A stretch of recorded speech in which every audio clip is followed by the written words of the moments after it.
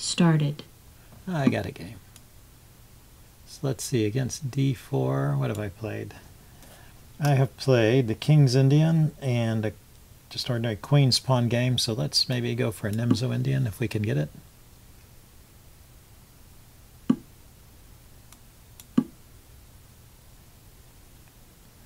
So yeah, this is a setup for a Nimzo-Indian. If he plays the knight to c3, then bishop to b5. If he brings out the other knight, then normally I go into a Queen's Indian. Oh, okay, Nimzo-Indian it is. Against Sazpak from the USA. Okay, this is the classical variation. Capablanca used to play that. And there are different moves for white. You can play d4 or you can castle. D5 or castling. I play c5, which allows the knight to develop to c6 behind the pawn. And I wait to see if he's going to threaten the bishop. In a case like this, I could even play d5 here, it looks like. But I think I'll castle first and see what he does.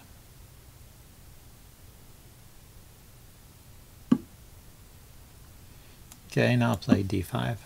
If he takes, I can take back and open up a line for my bishop. If he takes this way, I take back with the bishop. So the tension will be maintained here for a while. And I, of course, have the problem of how to develop my c8 bishop here, but he has a similar issue with his bishop on c1.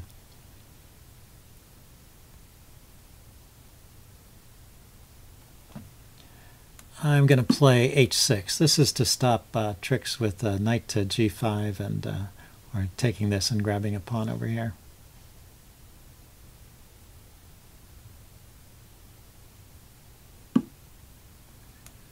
Okay, take back with the pawn. It's still defended here.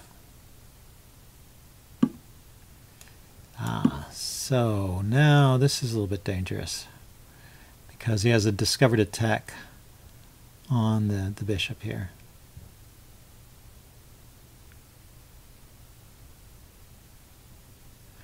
But if he takes the pawn, I can take back with the queen defending the bishop. Notice that kamikaze moves with the bishop don't work. Say knight takes pawn, bishop takes e3, knight takes knight with check. So I have to take back, and then he can take my bishop, so he ends up winning that piece. So I can't rely on the old kamikaze trick here, but I'm going to get my bishop out of the line of fire anyway.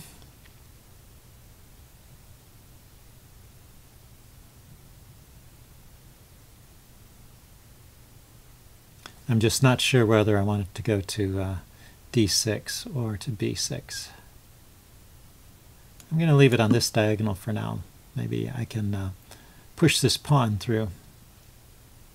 If I were to push now, take, yeah, I can actually push already. It's often a good idea to liquidate the isolated queen's pawn when you have it. He can attack my bishop, yeah. If I push, he takes the bishop, I take back. He takes, I take. With the knight hitting his queen, it's still all good. If I push and he pushes,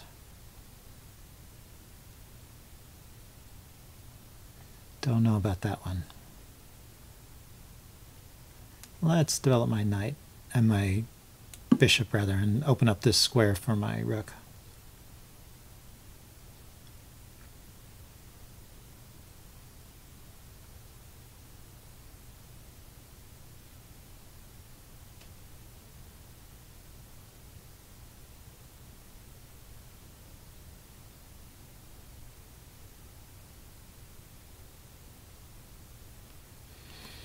Okay, Sazpak is starting to think. Maybe he's trying to decide whether it's a good idea to take the bishop or not. I don't really know. Might be a good idea to get rid of my dark squared bishop. I just felt like I needed to continue my development, and that was more important than holding on to the bishop pair.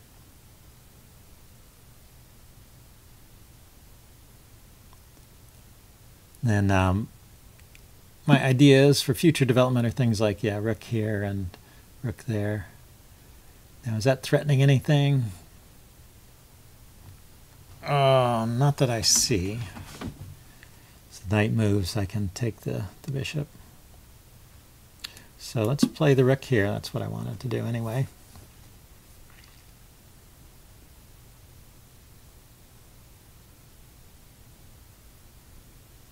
And then putting a rook on e1, my other open file. That's the thing the isolated queen's pawn. One of the things the isolated queen's pawn does for you is it gives you these two open files on either side of it. And it gives you these outpost squares here on e5 and e4 and c4. So queen to d3 is putting more pressure on this pawn. Maybe he's just getting out of the way of the rook.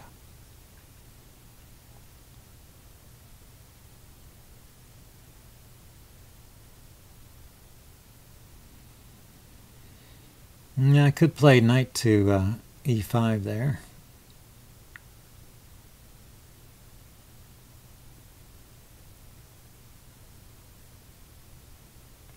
Seems like that's a good dominating position for that knight.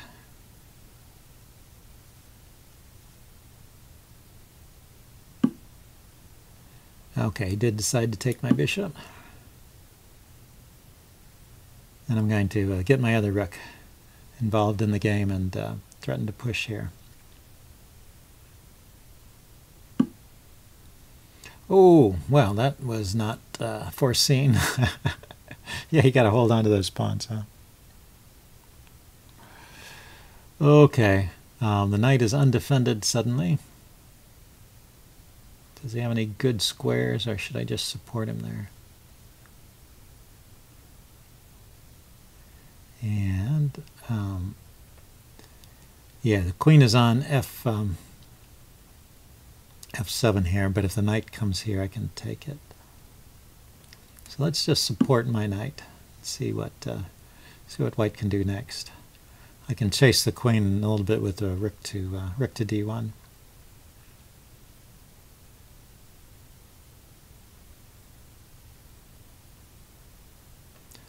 And I have some pressure against the b pawn here. Although if he were to move his bishop, well, that wouldn't work anyway. So his bishop is sort of trapped. So I'm not in such horrible position. So if I attack the queen with the rook, where's the queen going anyway?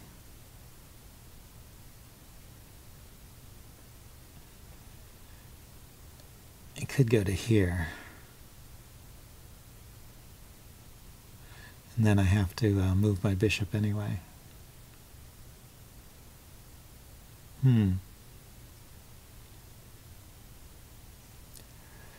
Kind of annoying. So does this mean I have to trade my bishop for a knight? Well, I could move my knight first. That's what I should do, hitting his queen.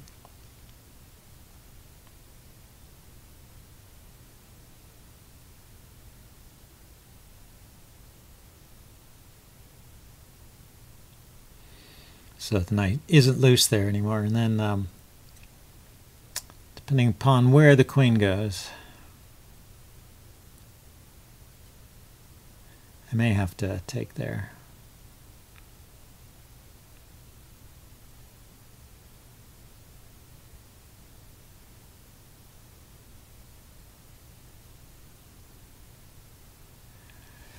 Yeah, I guess white's best move is probably still queen to b5. That kind of forces a trade because if I move my bishop, he can take the queen. If I don't move my bishop, if I try to move my queen away, then he can take my bishop. So, but he didn't do that. So I can live on for another day. Put his queen on a square. It seems a little funny that it should be on that square.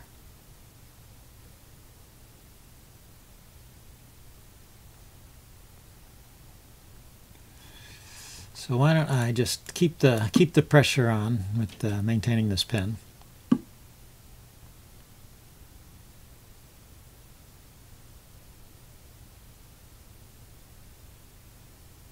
It also defends my f7 square.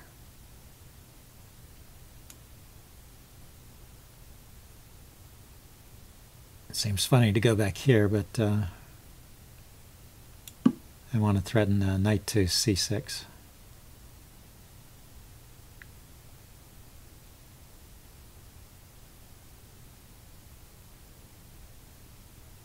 And it's no longer under attack there. Okay, he can do that, yeah.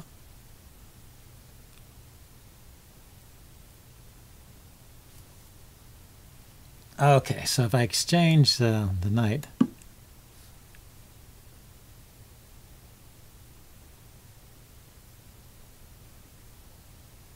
then I could play knight to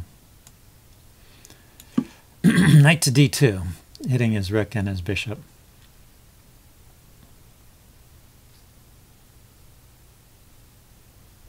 And if queen takes pawn, it's knight takes rook. And then he has to take back, and then I can grab the bishop. So that's probably not good. Bishop takes g7, I mean. So what's he got? He probably has to move the rook, and then I can grab the bishop and mess up his pawns on the king side. So maybe that's a little bit of compensation.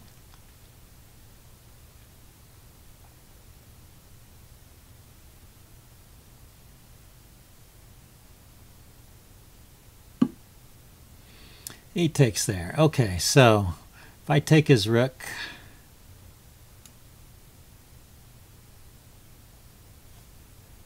I get it. If I take his rook, he takes my rook. I take the bishop, he takes the knight. I have something else. I guess the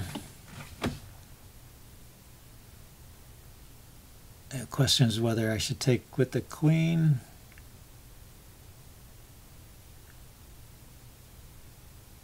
Or the rook.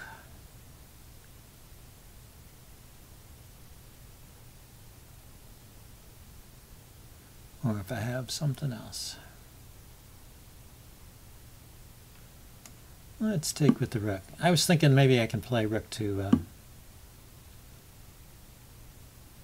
I overlooked that one. Overlooked that one. So, can I threaten his queen?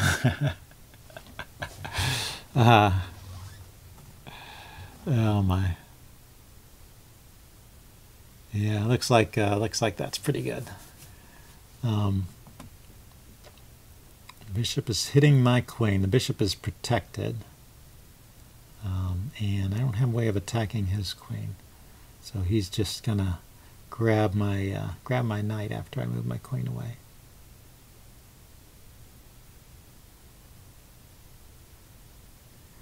I do have check.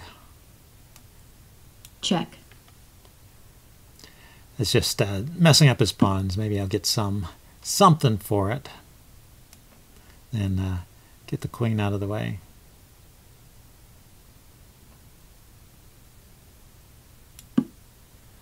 Try and get an attack going. So the queen here, maybe a rook over. Check.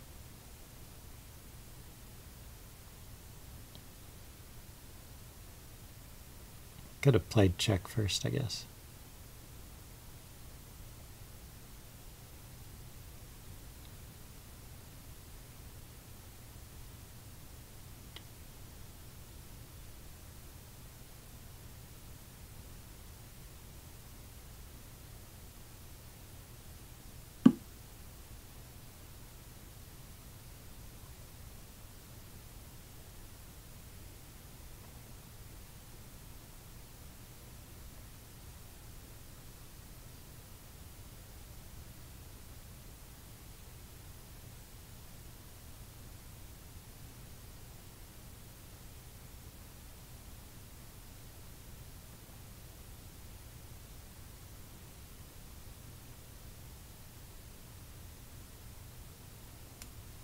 Check.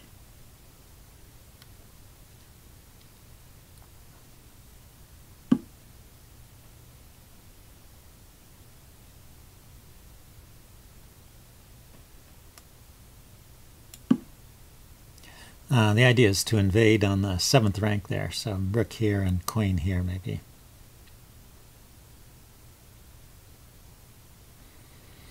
And to discourage him from moving this rook away.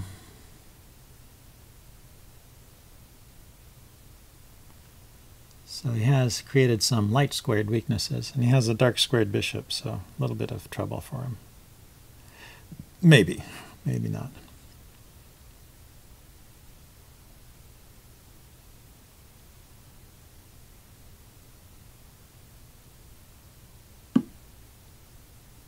Ah, yeah, bringing the queen over to defend over here is a good idea.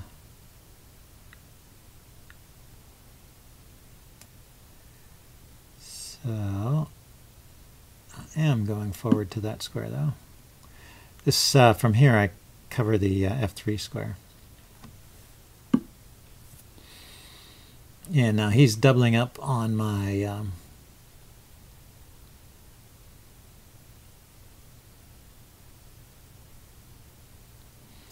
g7. So I can play rook g6.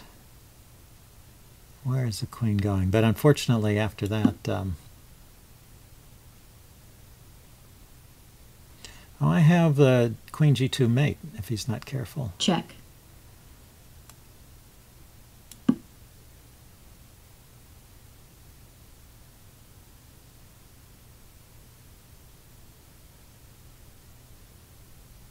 But he can just oppose rooks here, it looks like. Yeah, it looks like that's good enough. So I was going to go here. But when I do that,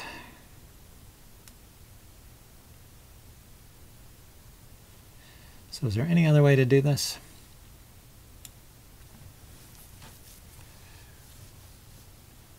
If I step in here, and he takes and I take back, then he can bring the other rook over.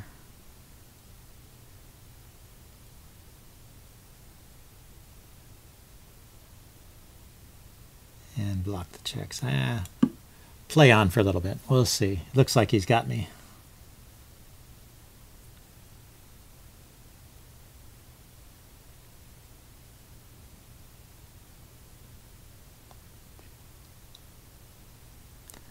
Notice that he's taking his time playing these moves, which is good. When you have the advantage, you don't want to give it all away by playing too quickly. And yeah, I'm just looking for some cheapos here.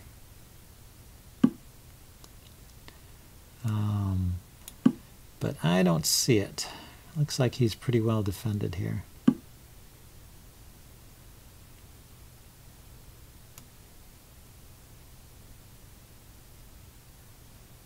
Yep, I'm going to resign. Okay, good game, Sazpak. Black and resigns. I'll follow this up with a post-mortem video. See you guys later. Bye.